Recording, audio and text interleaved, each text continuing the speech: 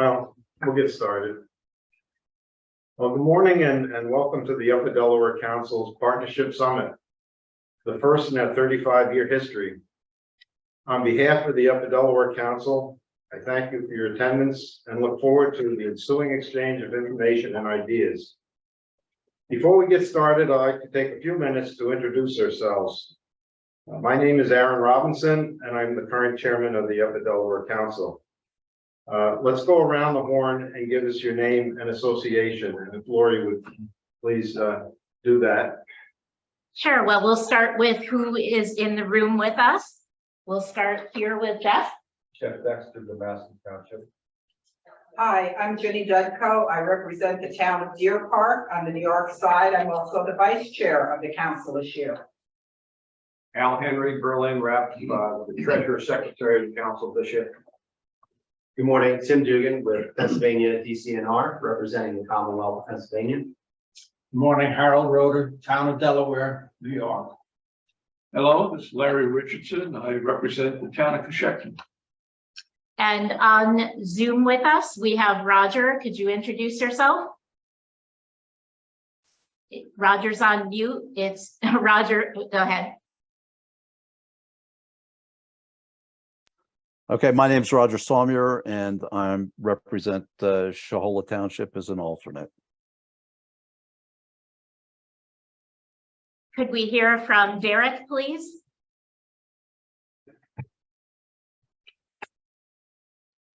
Me?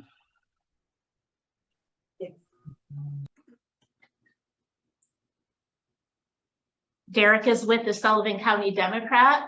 We have Kristen Barron from the Hancock Herald and Assemblywoman Gunther.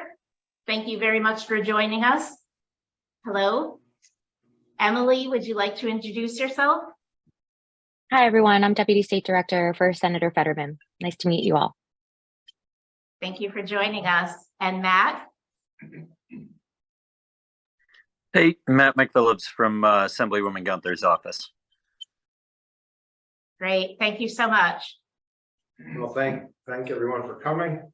I particularly chose the word partnership for a reason. We are partners not only because it is a convenient way to describe our relationship. We are partners by virtue of a 1978 legislative act of Congress that designated 73.4 miles of the majestic Upper Delaware River corridor as part of the National Wild and Scenic River System. I would say that the UDC, federal government, and the states of New York and Pennsylvania are joined legislatively, and only another act of Congress can separate us. This 55,574 acre corridor incorporates 2 state boundaries, 5 county borders, and 15 municipal divisions. The legislation called for the development of a management plan based on a formal partnership of local, state, and federal governmental agencies to collectively manage and administer the Upper Delaware Scenic and Recreational River. As a component of the River Management Plan, the Upper Delaware Council was formed in 1988 to retain local control, alleviate the threat of eminent domain by the federal government, and protect the river through the cooperative efforts of local governments, the states, and federal agencies. What sets this river management plan apart is the commitment to local land use controls and voluntary actions by landowners to protect the resources on their own private property, as opposed to federal ownership of the land in the river corridor. Private property remains private. This structure not only preserves an exceptional natural resource for the public to enjoy, but as we will discuss later, is an enormous revenue producer that keeps this area economically viable. To quote the River Management Plan, quote, "The purpose of the Upper Delaware Council is to ensure the effective implementation of the plan and oversee its administration on a continuing basis, utilizing the existing authority of its members who will work together in the cooperative fashion envisioned by Public Law 90-542 as amended by section 704 of Public Law 95-625. The council must be the driving force behind this plan. It must maintain an active presence in the river valley, and it must be the primary entity through which local, state, and federal agencies resolve their differences and agree upon joint actions affecting the river valley. End of quote. The River Management Plan sets out well-defined responsibilities for each of the plan's partners. By design, the UDC has the most diverse and complex set of tasks, ranging from review of projects and zoning within the corridor to evaluating water safety and assisting in efforts to preserve its rich local history. At this time, Lori Ramey, our Executive Director, will run through a brief PowerPoint presentation and provide additional information. Lori. I hope that our guests can see that. No, they can share.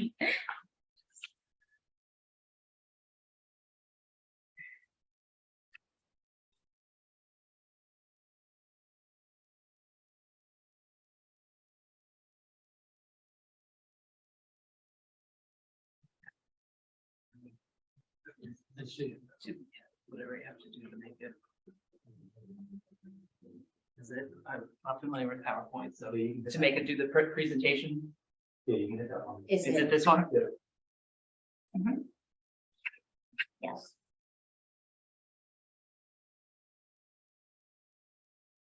Okay.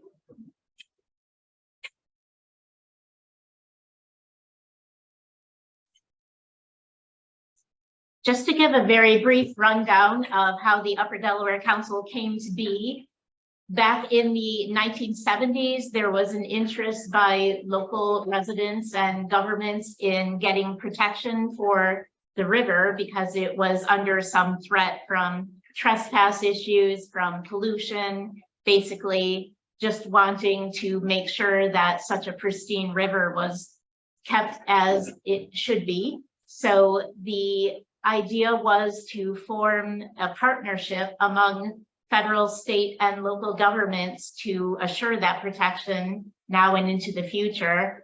That did take some controversy and a lot of draft plans and a lot of negotiations over the years to come up with a plan that was acceptable to all of the parties.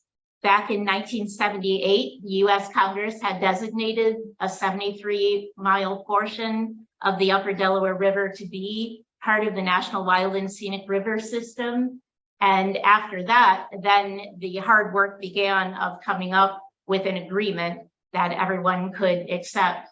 So various approaches were attempted, and ultimately it chose to be a bottom-up approach of putting together a plan that all the parties could be part of. And it resulted in the formation of a predecessor group to the Upper Delaware Council called the Conference of Upper Delaware Townships back in 1981. There were 17 different drafts of the River Management Plan ultimately that were negotiated until an agreement was reached. And the final River Management Plan was adopted in 1986 ultimately. 2 years later, the Upper Delaware Council, as a result of that legislation, formed and began meeting. And today, that organization includes 13 out of the 15 eligible municipalities, both states that have property along the Upper Delaware River. The Delaware River Basin Commission is a non-voting member, and there are 3 full-time staff positions. As Aaron said, that is the mission that we have, which was adopted as our mission statement, and it takes in all of the different aspects of assuring the river's success, its protection, and its future. This is how we have decided in the most recent iteration of the 5-year plans that we operate under to have our areas of focus. And you can see that number 1 on the list is the viability of this very organization. because obviously without this, all these other initiatives will suffer. So we also have the other focuses there of communication infrastructure, economic development, maintaining the quality of the resource, education and outreach, protecting public river access and the recreational opportunities, optimizing our partnership with the National Park Service, and paying attention to how the demographics have been changing in our region. Lori, We are you supposed to be scrolling? I'm sorry? Are you supposed to be changing slides? Oh, Yes, is that not showing? No. At least it's Oh. not for me. I'm just on the title slide. Here. and- Yeah, it's not moving. oh, sorry about that.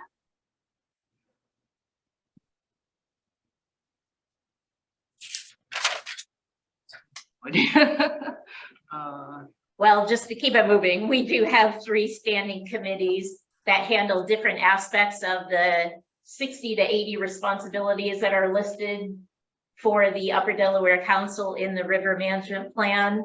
One of those is project review, and that takes care of all the land use developments that happen within the river corridor, as well as administration of a technical assistance grants program open to our member municipalities. We have an operations committee, which handles the business of the council and the fiscal management, and a water use resource management committee, which handles more of the scientific end and making sure that the basically the outstandingly remarkable values of the corridor are protected.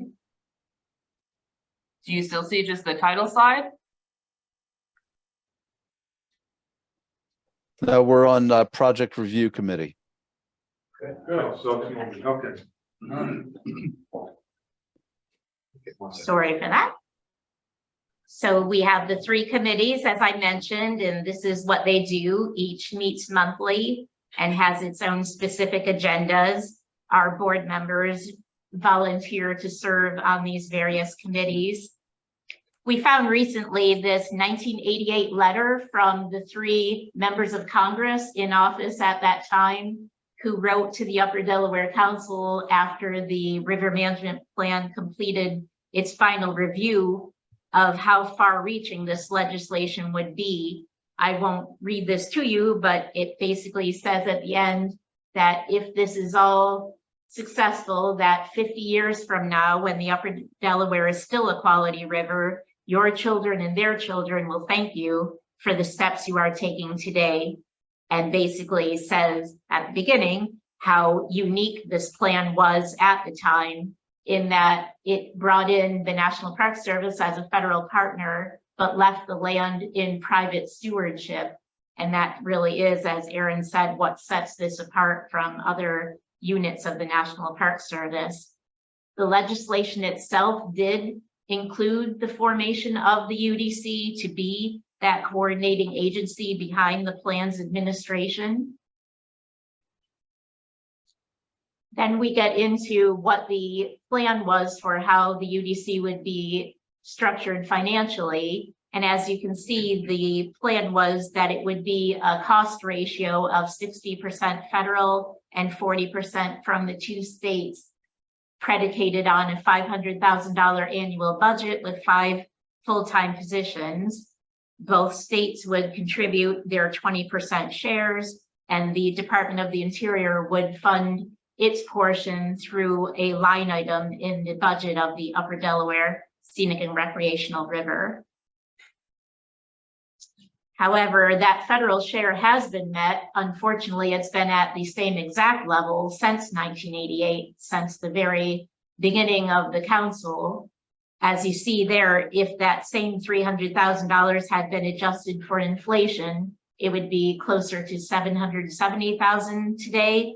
Instead, its value is more around $116,000, and we've simply had to adjust to it in order to stay within our means. Needless to say, the operating expenses just increase exponentially.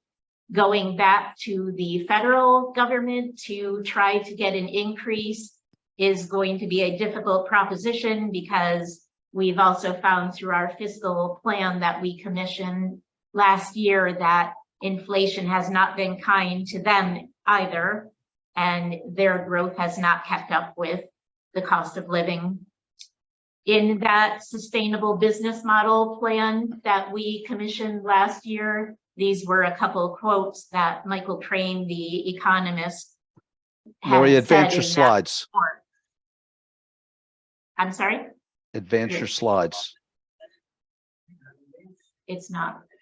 I would just hit escape. I guess you gotta do it manually.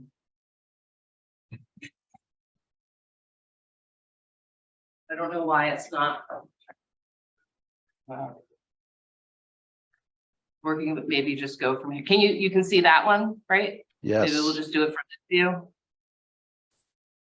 And can you hear the next, can you see the next, it changed? New York and Commonwealth of PA rolls. Okay, so for whatever reason, the presentation view isn't working, so we'll just do it like that. Sorry. Okay, thanks, Karen. Right.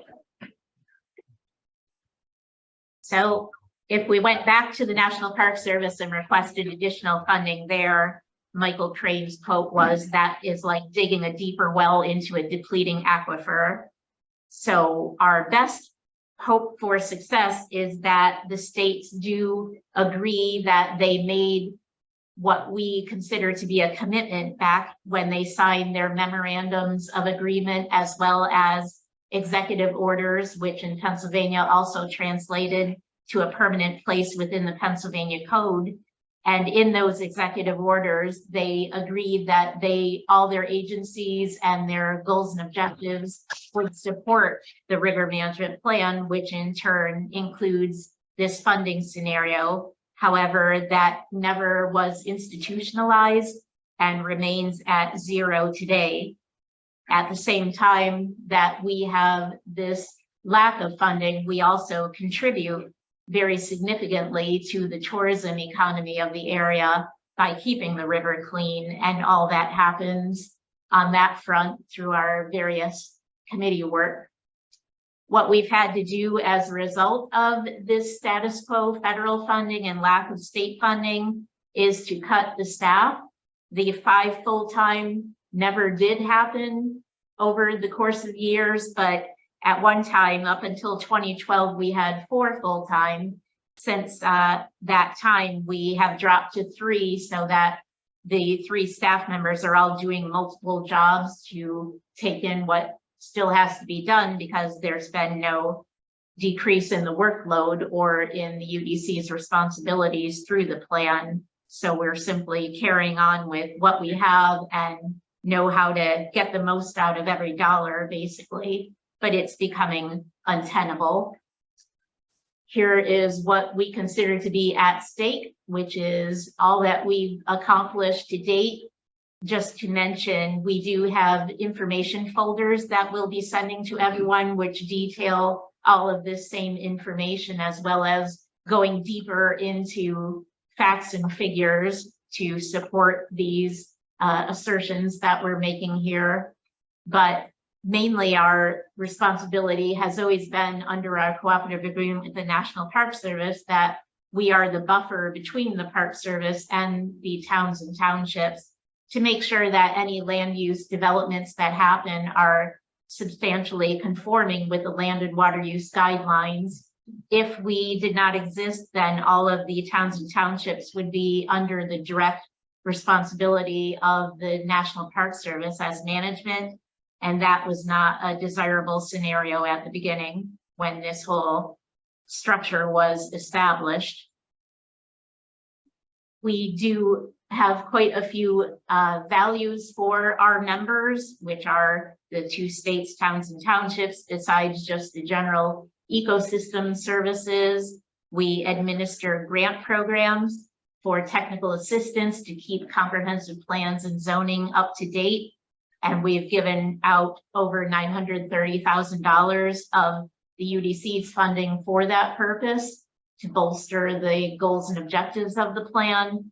We also coordinate a litter sweep We host the only awards ceremony that recognizes accomplishments on both sides of the river in various categories. And we provide a lot of advocacy. We do letters of support for projects that come around.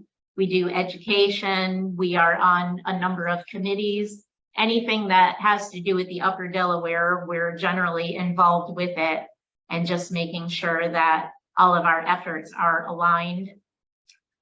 Just to close this out, again, focused on what we could be doing if we were fully funded. We have a list that our fiscal plan had come up with of $600,000 to $20,000 worth of projects that we've simply not been able to address.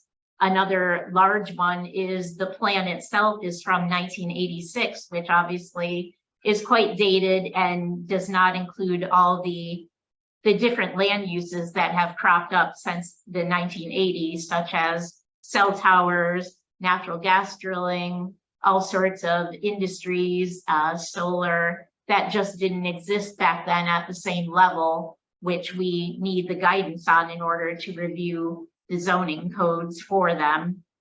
And basically that is the end of our presentation, and we would just like to have our members who are here discuss what impacts they see from the lack of funding that we've experienced.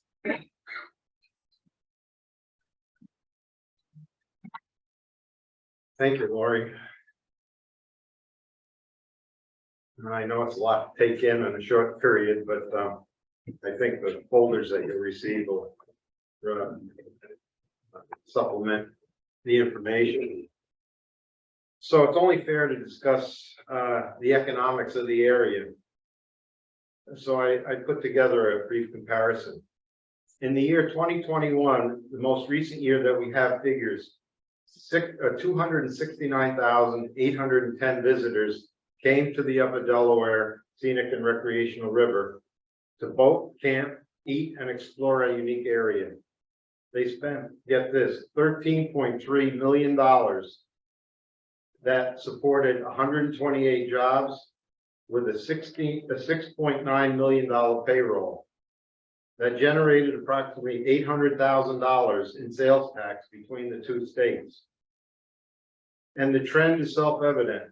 This is a 6.5% increase of the number of visitors and a 23% increase in spending since 2017. So in 4 years, the rate of spending has increased almost 25%. Although the River Management Plan specified the scope and sources of the funding of the Upper Delaware Council by its partners, neither New York nor Pennsylvania have ever delivered. Other than a one-time community grant from Pennsylvania intended for use by local Pennsylvania municipalities, the UDC has not received one penny from its 35 years of operation. The UDC has only received annual funding from the National Park Service, fixed at the grossly deficient 35-year-old level of $300,000. That $300,000 funded in 1998 has the purchasing power of $116,645 today. It doesn't take an accountant to realize that the UDC is running on fumes. We like to talk a lot about sustainability. It's a catchword that we can all relate to. In this instance, the environmental sustainability of the Upper Delaware corridor directly translates to the financial sustainability of the UDC. And here's the shocker. Unless our partners fulfill their funding obligation, as stated in the River Management Plan, it will be the end of the road for a functional UDC in 5 years or less.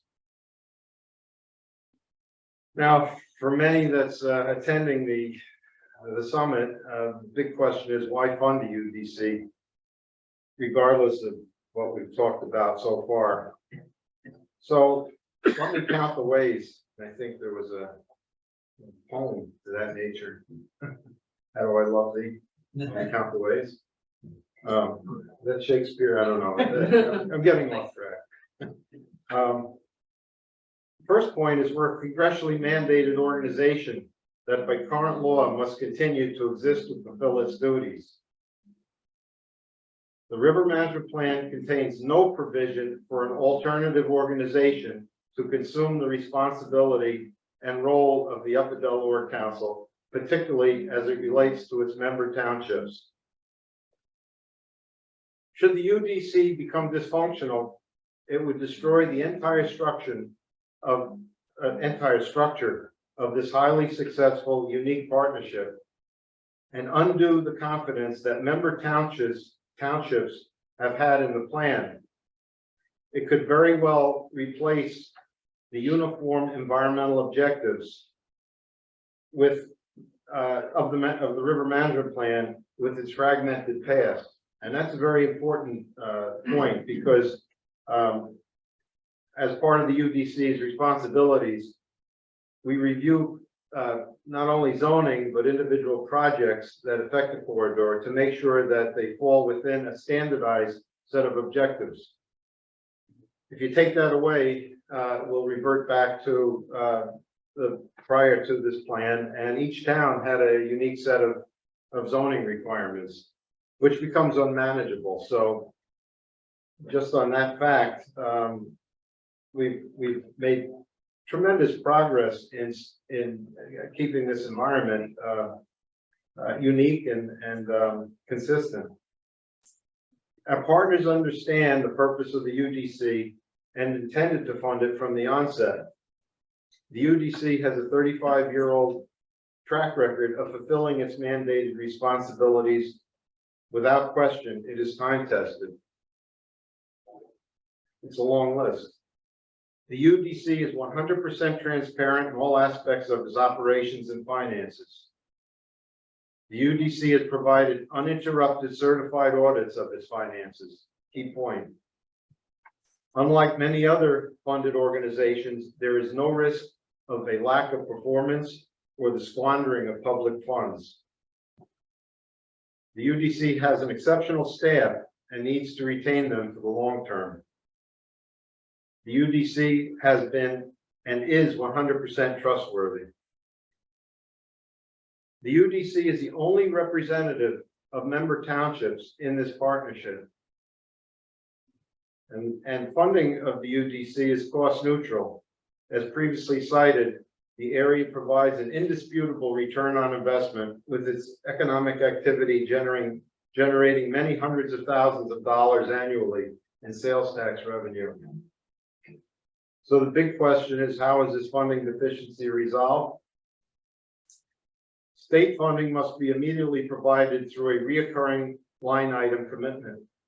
In 1988, the plan presented a budget amount of $100,000 from each state. This 1998 base funding level must be adjusted up by the CPI rate of change for the 35-year period. And federal funding must likewise be adjusted by the CPI over the 35-year period that the $300,000 was first agreed to.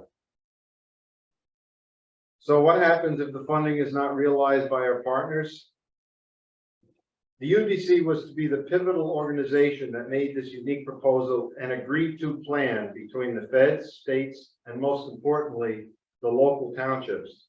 And the local townships had many reservations. The residents of this corridor had many reservations. This was one of the key elements of the plan that made it plausible, made it agreeable. After reading over the River Management Plan and the associated correspondence from its congressional sponsors and its myriad of advocates, the possibility of not adequately funding the Upper Delaware Council seems inconceivable. Since the UDC is a legislatively mandated organization that is expected to fulfill the responsibilities set forth in the River Management Plan, the organization would have no alternative and be compelled to seek relief any way possible, not excluding some form of litigation. It is a sincere hope that the irreplaceable value of the UDC is acknowledged and the funding that was intended 35 years ago is quickly appropriated. And now I'd like to open it up for a group discussion for questions and comments. among all those in attendance. And I thank everyone for listening. I would just like to add, I'm not going to repeat what our chair, Aaron, has said, or our executive director. I am passionate about this. I am an educator, and we teach our students some very important points. First of all, a lot of you on the screen are legislators or represent them. As Aaron pointed out, this is a signed law. You represent legislators. We teach our students to follow laws, the little ones to follow rules. And by what you have not done, you're breaking a law. This is inconceivable to me. It's hard for me. We teach our kids about this beautiful valley. And this valley is supposedly protected by a law that you've been breaking by not supporting and producing these funds. We teach them to protect this environment, and especially in today's world, this Green New Deal. And we're not protecting this environment by not supporting the work that this important council is doing. I'm appalled by this. We teach our students all about the government, our older students particularly, and how we are to take this responsibility, and our government should support what needs to be done. I find this very difficult that right here, in their backyard, what our government should be supporting, they're not doing. It's very hard as an educator to say to our students, when you look around, we need to take our government to task. As I said, I'm passionate about this as one of the local representatives for what they have here and what our own representatives are not doing for them. Thank you. Thanks, Jenny. Well, we're going to bounce back and forth between those on Zoom and is anyone? Well, I'm in attendance. I'm Assemblywoman Gunther. Okay. And I've talked to Lori many, many times, and I've advocated for this money in Albany. However, each time that it happens, it goes back to the time of one of the governors, Mario Cuomo. And in the language of the agreement, it says, all state agencies shall act consistently with the river management plan to the extent permitted by applicable law.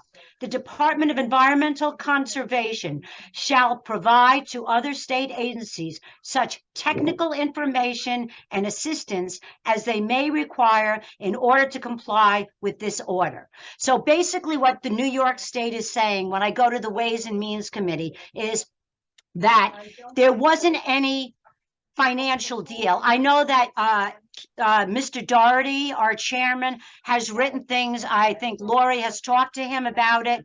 But honestly, I've gone to Blake, Washington. And what my thought is Lori, it's time to come up to Albany and talk to the Ways and Means Committee yourself and see what you can do to persuade them to be able to give you a consistent $350,000 a year. I'm all for it, by the way, Lori. I'm all for it. And I've really tried everything I can.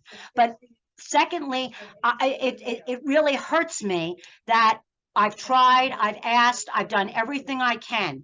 I'm a landowner in Sullivan County. I'm right by the Rio River. We keep our 100-acre pond prestigious because we are environmentalists. However, I've tried and tried and tried. So if Lori and a few of you want to come up, I'll have you meet with Blake, Washington to see if there's a possibility that we can do this. Maybe, I mean, my voice is loud. My voice is strong. I live in Sullivan County. I live right by the Rio River. But I want you to know, it's not because a lack of effort that this hasn't happened. And they also go back to a lot of this language that was signed by Pataki, which didn't say financial support. It just said the word support. Now, you know, we can say that it meant financial support. They don't believe, when I say to them, them, well, I think it was financial support. They don't agree with me. So I'll take any help I can. If you want to take up, I'll have a meeting with Blake Washington to see if you can really bring it home to them. And Blake lived in Sullivan County. He's a fisherman, so he knows the issue. But beyond that, you know, we can maybe meet with some of the governor's folks, but it's not because I haven't tried. Well, we appreciate your efforts, Aileen, and we understand. And probably this isn't the forum to debate The language was weak. The language was very weak. It wasn't explicit. It And was weak in Pennsylvania, one I guess, sense. feels the same way. I've also analyzed the language, and when the plan was agreed to, it did identify sources of funding, and that cannot be ignored. The sources of funding was 40% from the states, 20% from each state. So although you could, and I don't know whether the federal government can mandate a state to fund something. I don't know. They I don't can't know do whether. that. So, They okay, can't so do maybe that. that's why the language might have been subject to appropriation. But that doesn't mean that Correct. it should not be appropriated. I mean, you know this, Aileen, Right. you've been around. Yeah, So, I know, I but don't the wanna point debate is you. that they keep going back to the language of Pataki. They keep going back to that. And they said there was no money. So I said, well, what is support? What does support mean? You're gonna go up and dig a ditch out here? What does support mean? Usually support means financial. It does not mean financial But- in this. Well, But in this and you know, the language, thing they is say it that does not mean it. if we look within the DEC budget, $100,000 is a rounding error. So I mean, we're not talking about any significant money in comparison to where other funds get spent. But I agree. we're more than willing to do what we have to, and I appreciate, again, we appreciate your efforts. Don't misunderstand. No, I know, but it's upsetting to me because we have to keep doing this each year and keep begging each year when, you know what, it brings a lot of money to New York State as well as Pennsylvania. We all know that it brings economic development all over the place. We're building cabins and all kinds of places to camp because people can afford it. So it brings a lot of life and vitality to our communities. Programming Council is looking at it again. And so right now, what's happening is Programming Council is looking at it again. But through, they might meet with the UDC directly. but what we're trying to do is set up a direct meeting with the UDC direct. Like I want them to meet with you and that you can chat it out. I mean, I've chatted for a long time here, so it's just it's very frustrating. Very frustrating. And I know how frustrated you are and Lori is. So I apologize for that. Just my voice might say angry, but not at you. It's just angry that I have to keep begging every year and not getting anything. Thank you. Yeah. Al? All right. I've got to go. I have somebody else coming. But Lori, what I'm going to do is we'll give you a call and we'll try to have you meet with them directly as soon as possible. And thank you guys for all you do. I really appreciate it. Bye-bye. Thank you. Thank you. Okay, Thank you. okay. Just quickly, no state or federal budget has remained at the 1988 level. You all know that. There's legislators and employees. The Park Service in Upper Delaware, their budget has decreased from 1 million when they started to 3.5 million approximately. So a threefold increase, no increase to the Upper Delaware Council budget. The federal budget each year contributes billions of dollars to the state of New York and Pennsylvania. So my remedy to this is take some of those billions of dollars that the states give the state, or the federal government gives the state, and take out an appropriate amount and earmark it directly to the Upper Delaware Council. Federal funds, the states can pass it along as if it was coming from the state coffers. But we all know how many billions of dollars go to New York and Pennsylvania. Recently in Scranton, there was $3 billion set up by Congressman Cartwright to rebuild a swimming pool, and another $2 million to work on mental health with a YMCA. So the money is available. We just need to step up and get this thing done.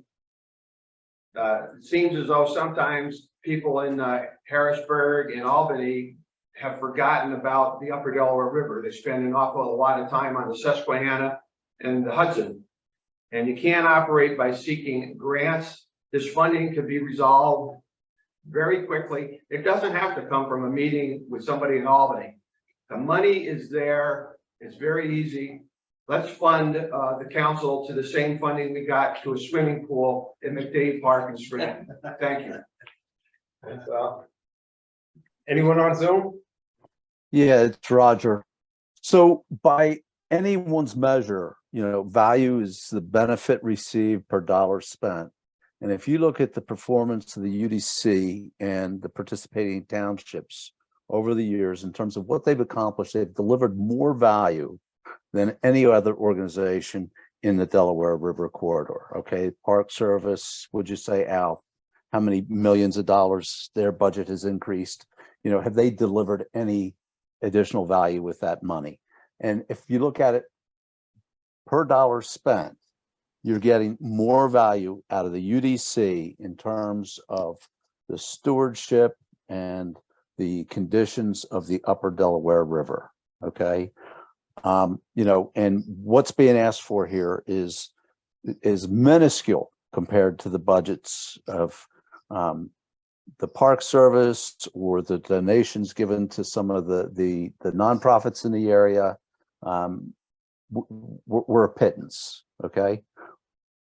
Why wouldn't you spend more money on an organization that gives you the highest amount of value per dollar spent?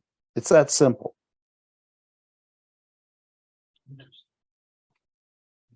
Thanks, Roger. Yeah, you're okay? Tim? You're okay? Harold? Hanging in there. Larry? I don't know what else to say. I'm encouraged to hear this. I would like to hear from somebody in Pennsylvania, though. Yeah, if our representative from Senator Fetterman's office has a few comments. Yep. Hi, everybody. So I was just reading over, actually, our legislative director in DC sent out to all of our staff when we came on about, fiscal year 24 appropriations and application submissions. Excuse me one second. Sorry, apologies. I'm working from home today and my toddler is watching Frozen very loud next to me. So applications, it looks like for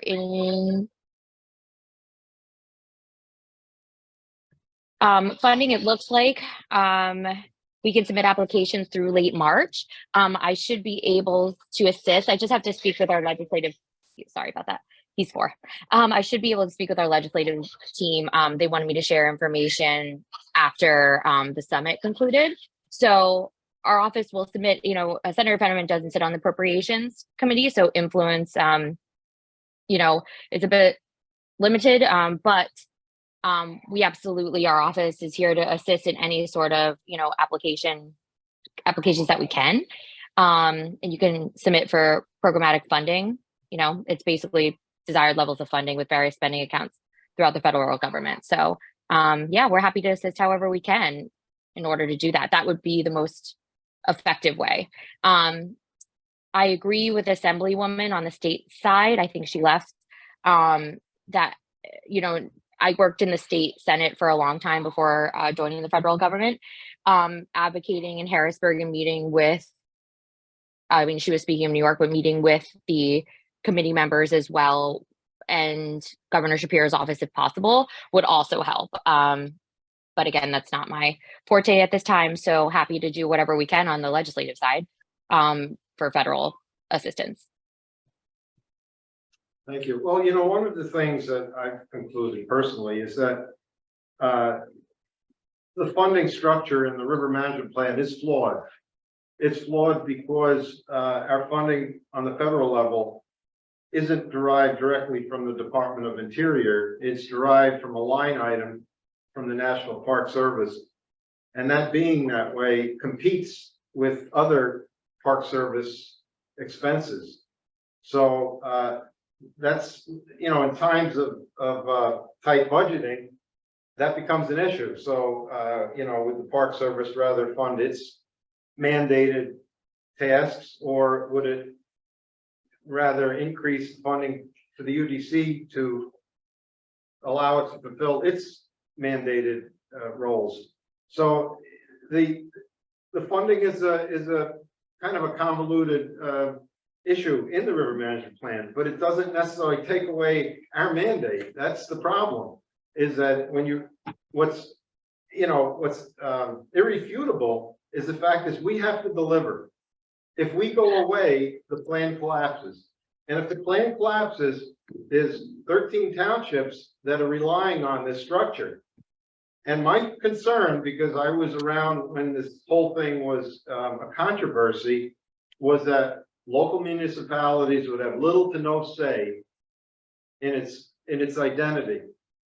So there's a danger here, and based on our economic study of last year, the clock's ticking. So maybe the Senate, maybe Congress should look at reevaluating how this river management plan is funded, and make it more of a direct funding method. I mean, that's your department now. But When what I was going to say, maybe we could talk outside of the general summit a little bit more about what what requests specifically that we can take to the legislative team in order to move forward. Because I want to be as specific as possible when I take this to them post summit, and kind of go from there. Okay, well, other than funding, this has been a huge success story, and I think that's what has to be emphasized. But And I was, of course, I've actually been in Harrisburg, and I was there in 2021 when you were going over the statistics. It's beautiful and amazing, and my husband's from Scranton, so there's definitely a passion there. I know the area, and it's absolutely beautiful. And sustainability, environmental protection is one of my passions. So if possible, of course, we want to do all that we can in order to, fulfill the funding, at least on the federal side, or increase funding, so you can continue to, meet the requirements that were set out for you. thank you. Well, we look forward to continuing the dialogue. Anyone else want to chime in? Any of the staff? No staff? Well, I think we're we're a little ahead of schedule, but that's a good thing. So if there's nothing more, I'd like to conclude with the summit, and again, thank everyone for attending. I think just making everyone aware of our situation and possible consequences, and are unlikely. No, excuse me. I'm just gonna say, maybe before we stop this, maybe somebody from the press might have a quick question. No? That'll do her. Okay. Well, hopefully we'll get this worked out within the year, because inflation is still knocking at our door, and our projections went from 8 years of life to 5 years of life. And if inflation doesn't attenuate, it could be less. So now our 5-year plan includes a survival plan. So it's really the last thing we want to cope with. Just real quick. Emily, I know you're with Senator Fetterman. Congressman Cartwright has been working diligently over the last couple of years prior to this last election, and I know he's on the Appropriations Committee. I don't know if you're aware of what he's been doing, but if you coordinate with Lori, she's been in touch with one of his aides as well. So there is hopefully something at least being addressed for appropriations, or from appropriations. So that's a great bit of information. A little bit easier to collaborate directly with a counterpart about kind of efforts that they've been making and what they've been doing surrounding. So that's really great. And I'm sure she can give me the information of who she's been working with in his office. Good to know. Thank you. So with that, I thank you again and look forward to working with everybody to a optimistic future. Thank you. Thank you. All right. Be safe. Take care. Thank you, Roger. You be safe. Keep off that slippery driveway. Exactly. Yeah, question?